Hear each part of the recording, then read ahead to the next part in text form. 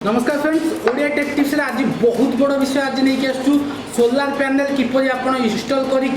लक्ष लक्ष टंका बचाई पारे तेज सोलार पैनल कौन कौटू किणवे सोलार पैनल किपर कम करता है सब डिटेल्स आज आम सान भाई कहे सब आप जापर आपड़ी आगू भी किसी एमती इनफॉर्मेटिव वीडियो जाना चाहते जमी चैनल को सब्सक्राइब करूँ पाखे आसुवा घंटे आइकन को बजाई दिंतु तेज प्रथम आसतु जाना सोलार पैनल कौन आउ ए जिनसटी किपर नॉर्मल इलेक्ट्रिसिटी टू भिन्न केमिति काम करता है। सोलार पैनल आम मुख्यतः हूँ जोटा कि सूर्य जो किरण आसे जो तेजटा आसे सेटा को से इलेक्ट्रिसिटी कन्वर्ट करे जोटा कि डीसी आम डायरेक्ट करेन्ट रे कन्वर्ट करे एवं तादर गोटे इन्वर्टर लगता है से इन्वर्टरटा आपको डीसी रु एसी करेन्ट जोटा कि आप घरे यूज करते साधारणतः ग्रिड पावर ग्रिड रु जोटा आसी था अल्टरनेट करेन्ट सेटा को आप डीसी रु एसी करके आपटा इन्वर्टरटा दे दे जहाँकि आप ग्रिड लाइन थाऊ किंबा न थाऊ आपन सेटा डायरेक्ट सोलार रे चलाई पारे कौन कहीं सोलार फास्ट इंस्टॉल करिया सोलार पैनल आम एथपाई इंस्टॉल करवा जदि आप जानते जे लाइन आमर भुवनेश्वर हो कि भुवनेश्वर रोच किंतु गाँ कि अर्बान सब बड़ कथा हूँ देखो जो फोनी बेले नाम नहीं ओडिशा सब लोक बेसी नाम भुवनेश्वर कटक पुरी लाइन पड़ेगा बड़ बड़ वीवीआईपी एरिया लाइन आसला ना जेनेटर चलला भड़ा आप जानते 15 मिनट डीजी भी चलला आम भी जेनेटर चलू दिन को 2000 टका खर्च होती तेज से जदि आम सोलार पैनल इंस्टॉल कर दे था कि आप सोलार पैनल इंस्टॉल कर दे था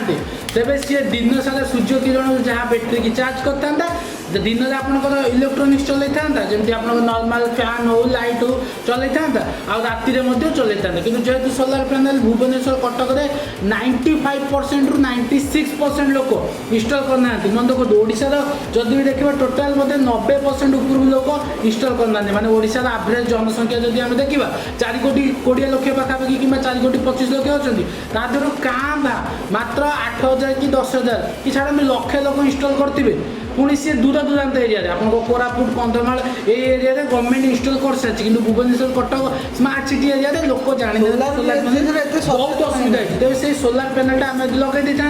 असुविधा तेज आगक जमी आप जानते प्रति 15 दिन थे मौसुमी काल बैशाखी से ढिंकी बग वायु तितली फाइलिन फिनाइल सब आसिक माड़ हो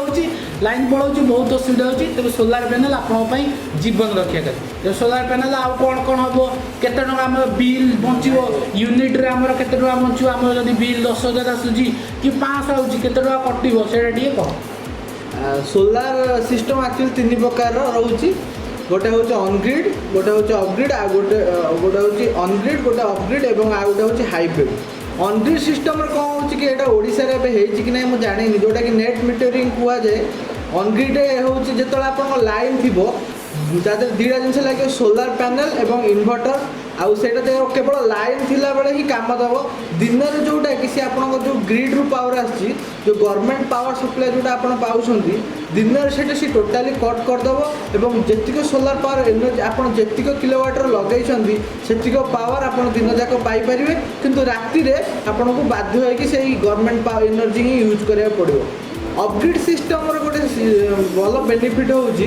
ऑनग्रिड सिस्टम गोटे भल बेनिफिट होची जदि आपणकर धर 3 किलोवाटर पावर दरकार कि 3000 वाटर पावर दरकार जदि आप सोलार जेनेट कर 4000 वाट देन 3000 वाट आप घरे कंज्यूम करेंगे 3000 वाटा घरे टोटाली यूज हो आउ जो 1000 वाट रहा अवशिष्टांश वाट जितक रहा सेटा गवर्नमेंट पाखु पड़े माने यही ऑनग्रिड सिस्टम में आप गवर्नमेंट को इलेक्ट्रिसिटी निजे तैयारी कर बिकी पार जहाँफल कि आप बिल जो आसे से बिल आप जी वाट आप सप्लाई करते गवर्नमेंट को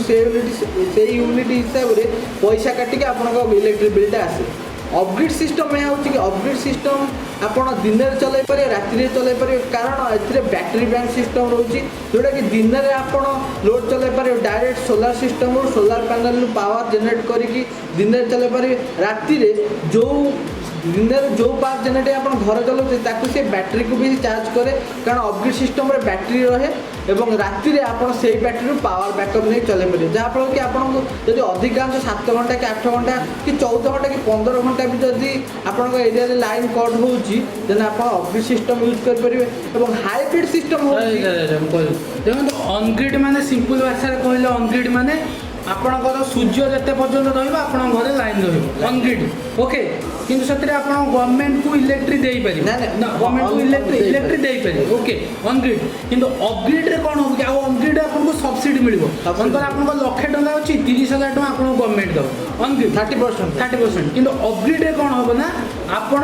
ଇଲେକ୍ଟ୍ରି ଯେପର୍ଯ୍ୟନ୍ତ ଆପଣଙ୍କ ସୂର୍ଯ୍ୟ ଅଛି ଆପଣଙ୍କ ଘରେ ଇଲେକ୍ଟ୍ରି ରହିଲା ସୂର୍ଯ୍ୟ ବୁଡ଼ିଗଲା ରାତି ହେଇଗଲା ଆପଣଙ୍କ ବ୍ୟାଟେରୀରେ ଚାର୍ଜ ହେଇକି ଥିବ ଓକେ ଆପଣ ତାକୁ ରାତିରେ ବି ୟୁଜ୍ କରିପାରିବେ କିନ୍ତୁ ଅପଗ୍ରିଡ୍ରେ ଗଭର୍ଣ୍ଣମେଣ୍ଟ ଆପଣଙ୍କୁ ସବସିଡି ଦେବ ନାହିଁ ମାନେ 1,00,000 ଟଙ୍କା ମାନେ ଆପଣଙ୍କ ପକେଟରୁ 1,00,000 ଟଙ୍କା ଇଏ ଅନଗ୍ରିଡ୍ ଅପଗ୍ରିଡ୍ ଏବେ ଆସିବ ଆମର ହାଇବ୍ରିଡ୍ ସିଷ୍ଟମ ଏଇଟା ହେଉଛି କି ସେଇଟା ଅନଗ୍ରିଡ୍ ବି କାମ କରିବ ଅପଗ୍ରିଡ୍ ବି କାମ କରିବ ହାଇବ୍ରିଡ୍ ସିଷ୍ଟମ ଏହା କି ସେ ଗୋଟେ ଅନଗ୍ରିଡ୍ ସିଷ୍ଟମ ଯେଉଁଥିରେ କି ଆପଣ ବ୍ୟାଟେରୀ ଲଗାଇ ପାରିବେ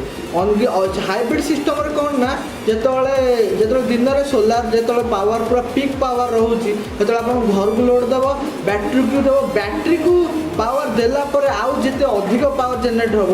ସିଏ ନେଟ୍ ମିଟରିଂ ଦ୍ୱାରା ସେଇଟା ଗଭର୍ଣ୍ଣମେଣ୍ଟ ପାଖକୁ ରିଟର୍ନ ପଳାଇବ ଯଦି ଆପଣଙ୍କ ବ୍ୟାଟେରୀ ଫୁଲ୍ ଚାର୍ଜ ଅଛି ଏବଂ ଆପଣଙ୍କ ଘରର ଲୋଡ୍ ବି କମ୍ ଚାଲୁଛି ଦେନ୍ ସିଏ ଆପଣଙ୍କ ଗଭର୍ଣ୍ଣମେଣ୍ଟକୁ ସେଇଟା ପାୱାରଟା ଟୋଟାଲି ଦେଇଦେବ ଏବଂ ଆପଣଙ୍କ ବିଲ୍ 60 ରୁ 70% ଆପଣ ଯଦି ଚାହୁଁଛନ୍ତି ଯଦି ଆପଣଙ୍କ ଘରର ଇଲେକ୍ଟ୍ରିକ୍ ବିଲ୍ ଟୋଟାଲି ନ ଆସୁ ଜିରୋ ଆସିବା ପାଇଁ ହେଲେ ଆପଣଙ୍କୁ ମିନିମମ୍ ଆପଣ ଫାଷ୍ଟ କାଲକୁଲେଟ୍ କରିଦିଅନ୍ତୁ ଯେ ଘରର ଆପଣଙ୍କର କେତେ ୱାଟ୍ ୟୁଜ୍ ହେଉଛି କେଉଁ ଆପ୍ଲାଏନ୍ସେସ୍ ୟୁଜ୍ କରିବାକୁ ଚାହୁଁଛନ୍ତି ସୋଲାର ପାୱାରରେ ଆପଣ ତାକୁ ଭଲ କି ଡିଟେଲ୍ସ ଜାଣି ନିଅନ୍ତୁ ଯଦି ଆପଣଙ୍କର 3,000 ୱାଟ୍ର ଦରକାର ସୋଲାର ପାୱାରରେ ଏସି ବି ଚାଲିବ ଏତେ ପାୱାରଫୁଲ୍ ହଁ ଚାଲିବ କିନ୍ତୁ ଆପଣଙ୍କୁ ସେତିକି ପାୱାରଫୁଲ୍ ସିଷ୍ଟମ୍ ଲଗାଇବାକୁ ପଡ଼ିବ ନର୍ମାଲ ଯଦି ଜଣେ ଗୋଟେ ସାଧାରଣ ଲୋକ ମାନେ ଖାଲି ଗୋଟେ ମନେକର ଫୋନି ବାତ୍ୟା ଯେମିତି ସେମିତିଆ ସିଚୁଏସନ୍ ହେଲା ତାର କ'ଣ ମନେକର 2ଟା ଲାଇଟ୍ 2ଟା ଫ୍ୟାନ୍ ସେ ଚଲେଇବ କେତେ ଟଙ୍କା ଖର୍ଚ୍ଚ ହେବ 2ଟା ଲାଇଟ୍ 2ଟା ଫ୍ୟାନ୍ ଆପଣଙ୍କୁ 25,000 ରୁ 33,000 ଭିତରେ ଆସିବ ଭାରି ଅପଗ୍ରେଡ୍ ସିଷ୍ଟମ୍ ଶୁଣ ମନେ ରଖନ୍ତୁ ଏଇଟା ଅନଗ୍ରିଡ୍ ସିଷ୍ଟମ୍ଟା ଅପଗ୍ରିଡ୍ ସିଷ୍ଟମ୍ଠୁ ବହୁତ କମ୍ ଏଥିପାଇଁ ଯେ କାରଣ ତାର ଇନଭର୍ଟରର ରେଟ୍ ବି କମ୍ ଅପଗ୍ରିଡ୍ ସିଷ୍ଟମ୍ଠୁ ଆଉ ସେଥିରେ ବ୍ୟାଟେରୀ ଲାଗିବାର ନାହିଁ ସେଥିପାଇଁ ଆପଣଙ୍କୁ ପଇସା କମ୍ ପଡ଼ିବ କିନ୍ତୁ ଅପଗ୍ରିଡ୍ ସିଷ୍ଟମ୍ରେ ଆପଣଙ୍କର ଇନଭର୍ଟର ରେଟ୍ ଟିକେ ଅଧିକ ଏବଂ ତା ଦେହରେ ବ୍ୟାଟେରୀ ବ୍ୟାଙ୍କ ଥିବାରୁ ସେଇଟା ଅଧିକ ପଇସା ପଡ଼େ ଅନଗ୍ରିଡ୍ରେ କାହିଁ ଗଭର୍ଣ୍ଣମେଣ୍ଟ ପଇସା ଦେଉଛି ଅନଗ୍ରିଡ୍ ଏଥିପାଇଁ ଦେଉଛି କାରଣ ତା ପାଖକୁ ସପ୍ଲାଇଟା ଯାଉଛି ଆପଣ ନିଜେ ସୋଲାର ପାୱାର ୟୁଜ୍ କରିକି ତା ପାଖକୁ ସପ୍ଲାଇ ଯାଉଛି ଯେଉଁ ସେଥିପାଇଁକା ଗଭର୍ଣ୍ଣମେଣ୍ଟ ସବସିଡ଼ି ଦେଉଛି ଆମର ଏଠି ସବସିଡ଼ି ଦିଆହେଉଛି କି ନାହିଁ ମୁଁ ଏତେ ଜାଣିନି କାରଣ ନେଟ୍ ମିଟରିଂ ବି ଏଠି ନାହିଁ ମୁଁ ବହୁତ ଜାଗାରେ ବୁଝିଛି ବିଶେଷ କରି ବି ବୁଝିଛି ଯେ ଏଠି ନେଟ୍ ମିଟରିଂର ସୁବିଧା ନାହିଁ କିନ୍ତୁ ପରବର୍ତ୍ତୀ ଭବିଷ୍ୟତରେ ଆସିପାରେ ସେଥିପାଇଁ ଆପଣ ଚାହିଁଲେ ଆପଣ ଯଦି ଚାହୁଁଛନ୍ତି ଆପଣଙ୍କ ଲାଇନ୍ ନଥିଲେ ବି ଆପଣ ଆପଣ ଚାହୁଁଛନ୍ତି ୟୁଜ୍ କରିବା ପାଇଁ ଇଲେକ୍ଟ୍ରିସିଟି ସେଥିପାଇଁ ଆପଣଙ୍କୁ ଅପଗ୍ରେଡ୍ ସିଷ୍ଟମ୍ ୟୁଜ୍ କରିବାକୁ ପଡ଼ିବ ଯେ ଯଦି ଆପଣଙ୍କ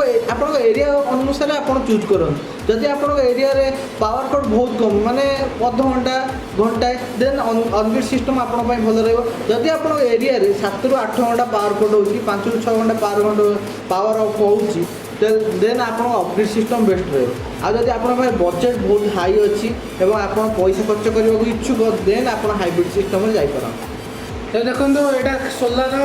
କ'ଣ ଅଛି କେଉଁ ସିଷ୍ଟମ୍ କହିଦେଲୁ ନେକ୍ସଟ ଭିଡ଼ିଓରେ ଆମେ କହିବୁ ଆପଣଙ୍କୁ ଟୋଟାଲ୍ ଓଭରଅଲ୍ କେତେ ଟଙ୍କା ଖର୍ଚ୍ଚ ହେବ କେତେ ୱାଟ୍ର ପ୍ୟାନେଲ୍ ଲଗାଇବ କେତେ ଜାଗା ଦରକାର କାହା ସାଙ୍ଗେ କଣ୍ଟାକ୍ଟ କରିବେ ସବୁକିଛି ଯେହେତୁ ବଡ଼ ଭିଡ଼ିଓ ପାଖାପାଖି 8 ମିନିଟ୍ ଉପରକୁ ହେଇଗଲାଣି ଆଶା ଲାଗୁଛି ଏ ଭିଡ଼ିଓଟି ପସନ୍ଦ ଆସିଥିବ ନେକ୍ସଟ ଭିଡ଼ିଓରେ ଆମେ ଆପଣଙ୍କୁ ଆହୁରି ସୋଲାର ବିଷୟରେ ଭଲ ଇନଫର୍ମେସନ୍ ଦେବୁ କାରଣ ଆମେ ମଧ୍ୟ ଅସୁବିଧା ଭୋଗିଛୁ ଆଉ ଆମେ ଜାଣିଛୁ ସାଧାରଣ ଲୋକଟି କେତେ ଅସୁବିଧା ଭୋଗେ ଯେତେବେଳେ ଲାଇନ୍ ପଳେଇଲା ବିଲ୍ ମଧ୍ୟ ଅଧିକ ଆସେ ତାକୁ ହିଁ ସବୁ